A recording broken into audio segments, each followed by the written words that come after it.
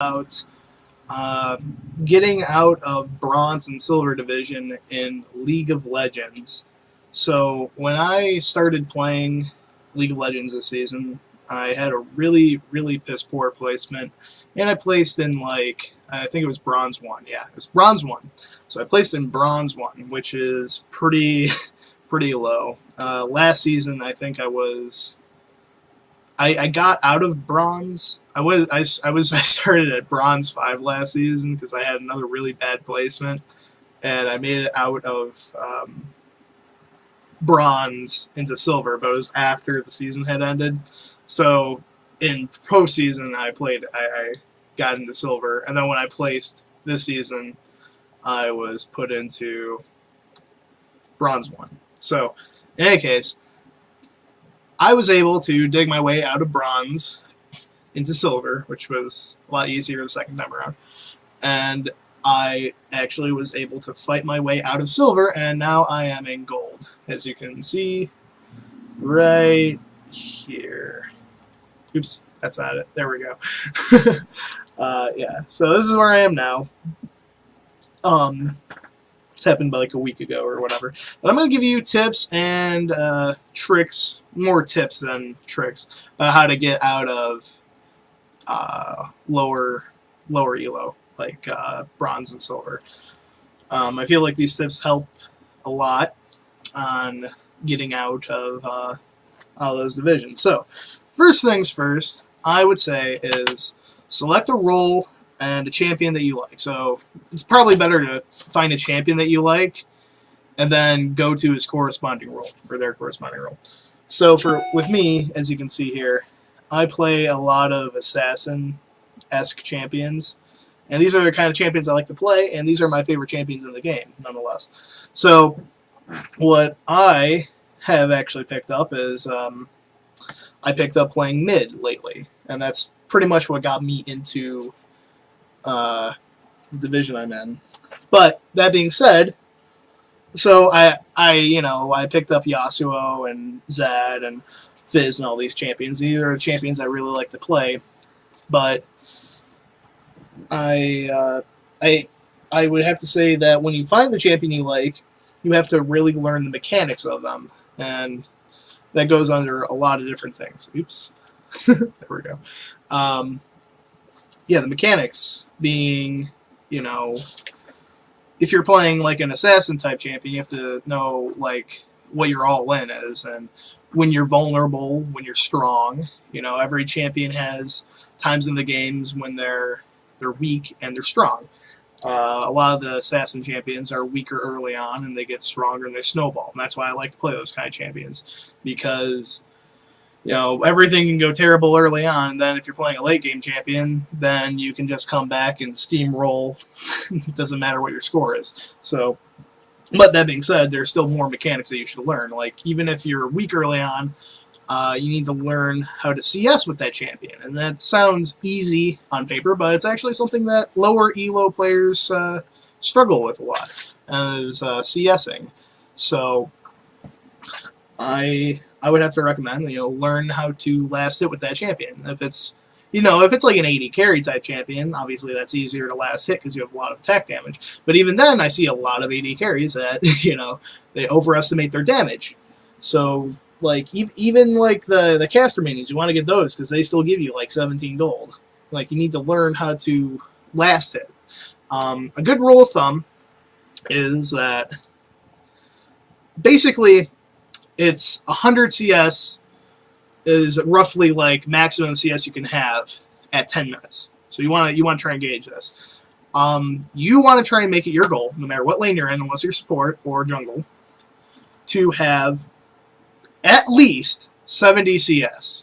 You can do that with top lane, you can do that with mid lane, you can do that AD carry. You can do all 3 carry type roles, even though top lane's not really a carry role. But I digress. 70 is the mark you want to aim for. If you get higher than that, good for you. It's basically 70 is 70%. You should be able to get 70%. So that's a huge thing. And even if you're, not necessarily dominating your lane, if you CS, you can still stay in the game. If you watch any of the the pro games, which is also a good thing to do to keep up on like the meta. You can see like certain like all the mid laners across the board. They're all great at last hitting. They're all great at CSing, and that's how they stay in the game, even if they're not getting a ton of kills. So yeah, then it keeps you prevalent. So. So when you find a champion, you want to choose a champion that you like. You don't want to just choose a champion. Like, let's say you pick, like, top lane. You really like top lane. But you want to pick a champion that you actually like playing. If you're just playing a champion just to win, unless you're, like, in the competitive scene, which I'm guaranteeing nobody in bronze or silver is, you should probably be picking a champion that you like to play. And, just if you read the lore and you like the lore or whatever, you should choose a champion that you actually really like. So yeah, when you do learn the mechanics of your champion, learn how to deny CS. You want to start playing aggressive then. The more aggressive you play, the more actions you take. Like, you're basically making the opponent play your game then. And that's what you want to be doing. You want them to be, playing your game. You don't want to be playing their game. Generally, you can tell, like, the lanes that win are the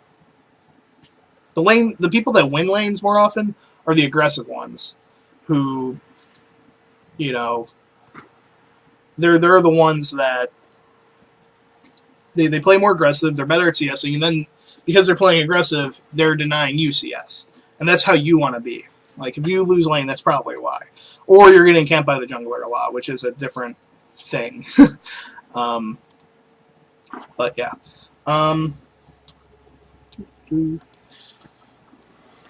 When you do start playing aggressive, you want to start warding a lot. So this way you can play aggressive, and then when you see, your jungler coming up, or their jungler coming up, you can back off. Or if they see, like, if you're mid and their support for whatever decides to get cheeky and roam and come try and mess up your day. Like, warding is important, especially when you start playing aggressive. If you want to start split pushing, if you're a top laner, buy wards.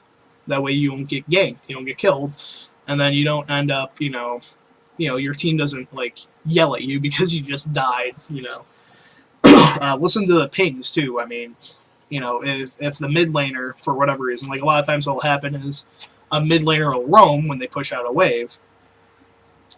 So what happens is the enemy laner pushes up the wave and they decide to go roam because that's how mid laners carry. And, chances are, if they pushed, then your mid laner, if you're not mid, just went back. So, they can't necessarily follow their lane there. Or sometimes it's not even a good idea to even follow one. So pay attention to, your mini-map. First of all, you have to pay attention to your mini-map. Then you can try and, like, listen for pings if you're, tunnel vision. But really, you have to watch the mini-map. And you want to be, like, checking that, like, every half second or whatever. You want to keep your eyes on the mini-map. Deny vision. So a lot of times what I'll do is I will, I'll start off the game with a warding trinket. And then eventually I'll sell that for a sweeper lens. And this comes in really handy against, invisible champions, because once you get 11, then you can upgrade that into an Oracle sweeper, or whatever it's called.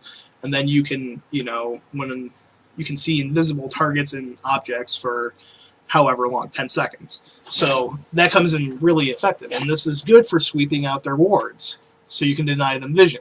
Also, it's a good way to get a little bit extra money, too. So it pays for itself, and it's a free trinket until you get the sweeper version. But it's so worth, because you can still ward and deny vision. So, when you are warding, you want to ward key areas, like objectives. For example, if you are a jungler, you want to ward, the enemy buffs, or the paths that they would have to take, so you know where their jungler is. And this gives more information to your team. Be like, hey guys, if you ward the blue buff, you're like, hey, their jungler's at blue buff, So that way the top laner can play more aggressively, you know, or vice versa, whatever. So when it comes to objectives, you want to start being able to take objectives. You want to find key times to go and take those objectives.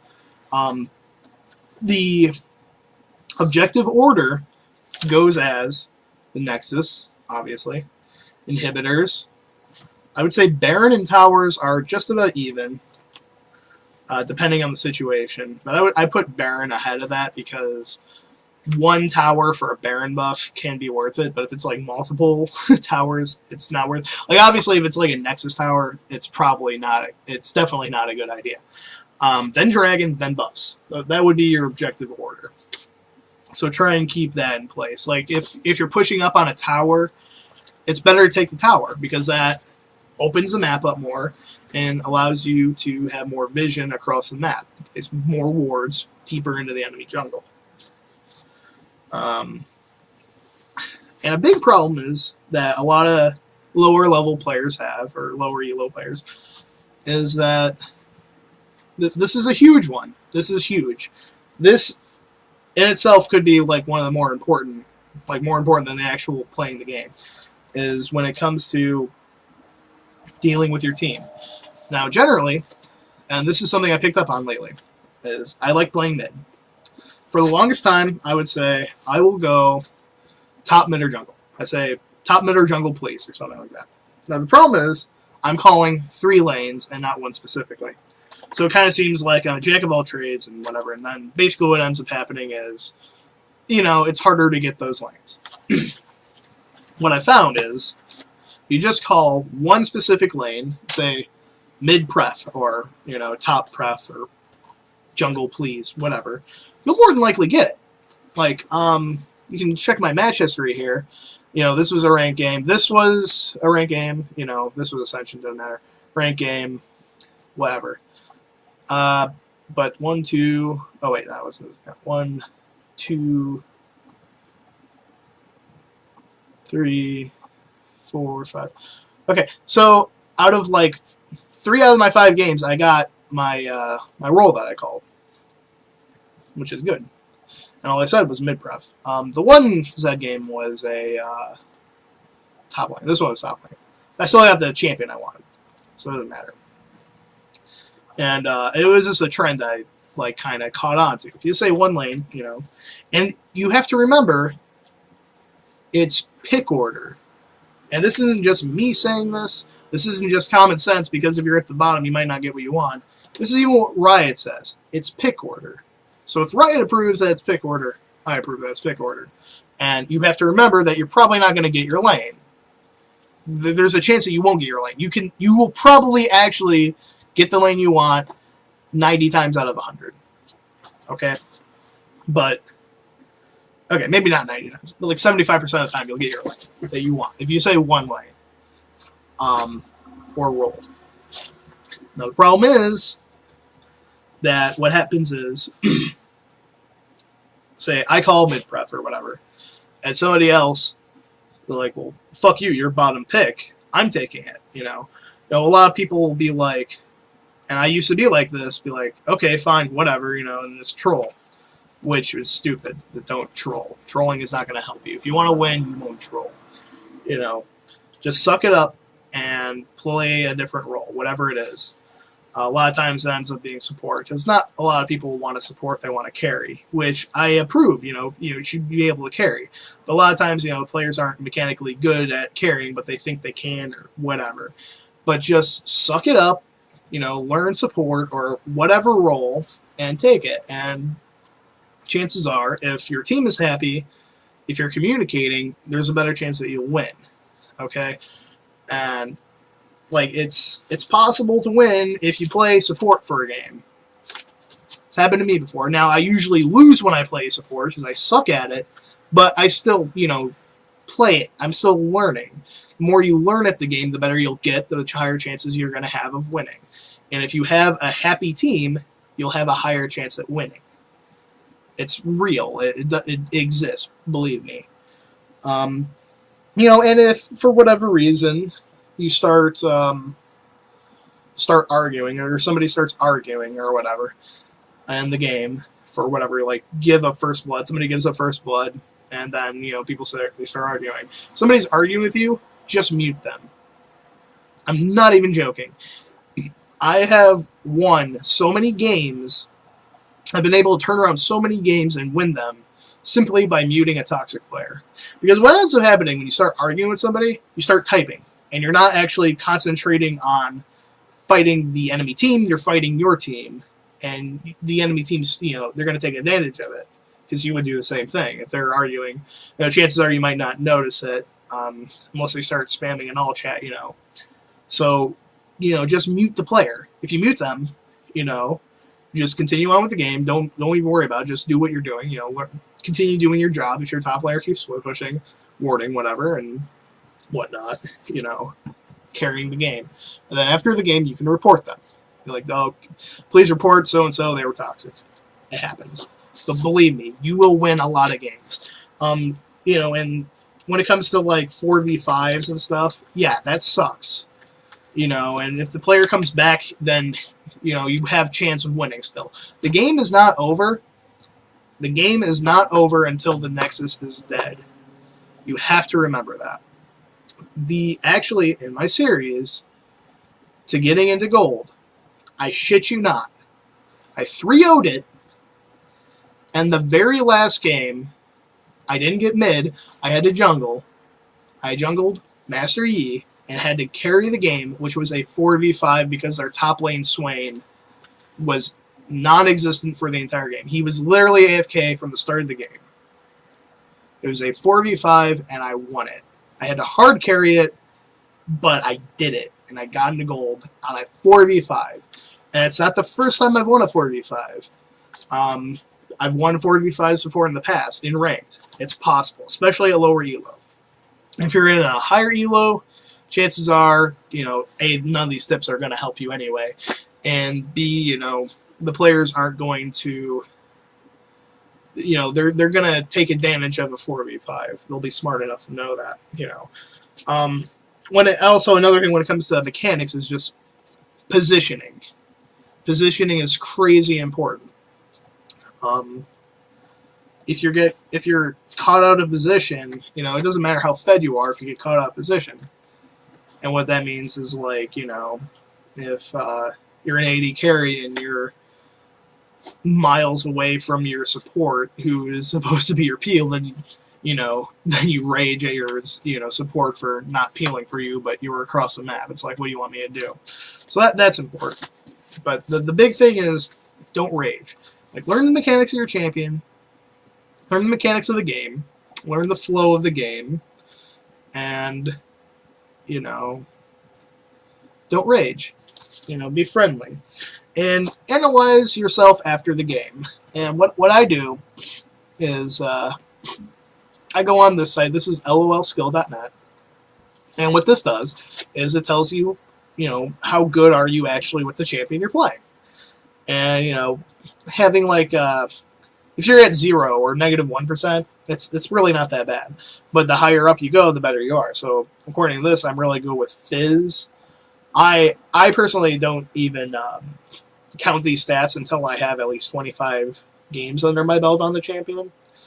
That's really where I put it as to, how good you actually are with the champion, because you can do something like replay like one or a couple games, and it's like, you're really good with that guy.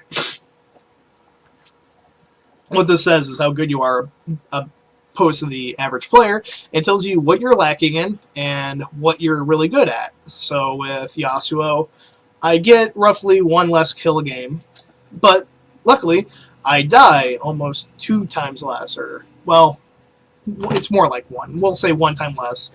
And I get just about the average amount of assists, but the key thing is I get a lot more gold and farm, So that's good. And then you can also use LOL skill, and what I use this for is it actually tells you how good you're actually doing in your selected roles that you've been playing. And lately, according to this, I've been a little subpar on mid, but pretty good on AD carry and top lane. But then again, you could take like a top laner in a different role, and it'll count that as whatever. So if like champion is considered an AP mid and you take him top or whatever, we'll count that as your top. So it's a skewed a little bit, but you should know what champions you've been playing. And obviously, you know, Tristan is an AD carry, and that's who I've been playing in that role, obviously. And you're not going to win every game. You're not going to win every game. Chances are you'll win about 50% of your games and lose 50%. Or maybe, you know, you'll win 55% of your games and lose 45 or whatever. So, like, this is how the game is. You know, you're matched against people that are presumably as good as you are, and that's the reason why you're in that elo. And obviously, if you're on a winning spree tear, and you'll be out of that division soon anyway. So you have to remind yourself that, like, if you're in silver, if you're in mid-silver, roughly around 50%, there's a reason why you're there, and it's because you're doing things wrong. And chances are it could just be, like, if you're winning your lane, you're dominating your lane, get camped by a jungler, ward. Waste of time. Waste of time of the jungler. If you're wasting the time of the jungler, that's him spending time waiting on you to make a mistake when he's actually making a mistake. The longer you can keep a jungler in your lane, that frees up for your jungler to do whatever. They can come counter jungle or counter gank, or they can counter jungle, or they can go gank another lane and snowball another lane. You know, don't get frustrated because you're getting camped. You know, and don't blame the jungler. And honestly, if you win your lane, people will listen to you. If they're listening to you because you won your lane, then you can call the shots and be like, everyone focus mid, or you guys go top and push top while I split bottom lane. You know, just stuff like that. Or everyone go for Baron now. We need to go get a Baron now. You know, stuff like that. And it all depends on how the game's going, the flow of the game and whatnot. But that's just how it is. And, you know, after every game, I see what I did wrong, what I could have done better. And that's how you improve. And that's how I got better at the game. Because, I mean, what I had a problem with before, when I was in silver and bronze, was I was mechanically good with a few champions. Like, I was always really good with Master Yi. No matter where I went, I would dominate with Master Yi. Most of the time. Like 67% of the time or something like that. I would win with him. With my lane or whatever.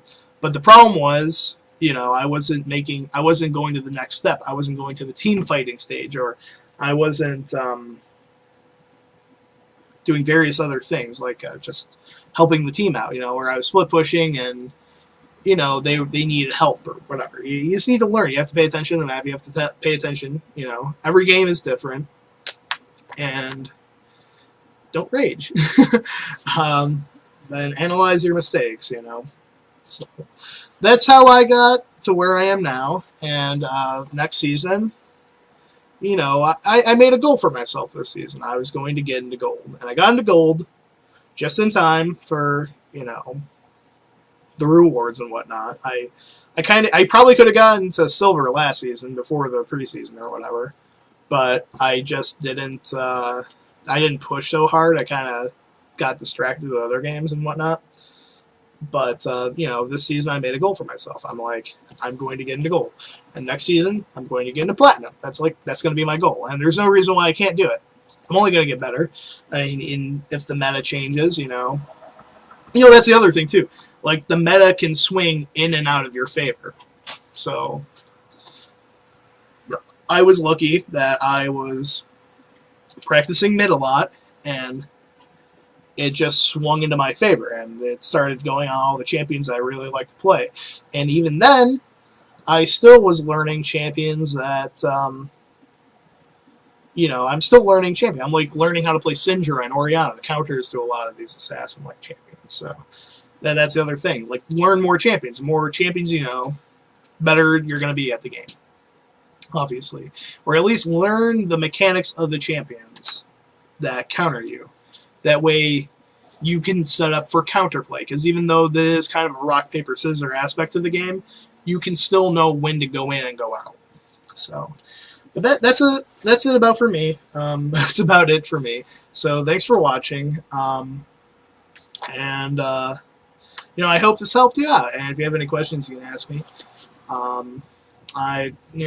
This isn't everything. This isn't going to guarantee carry you to gold or whatever, but it's a good stepping stone. It's I really feel like if you can at least get 70 CS at 10 minutes, you'll find yourself in a lot better shape most of the time than you are normally in. I'm guaranteeing it. If you're in silver or bronze, this will help you out a ton.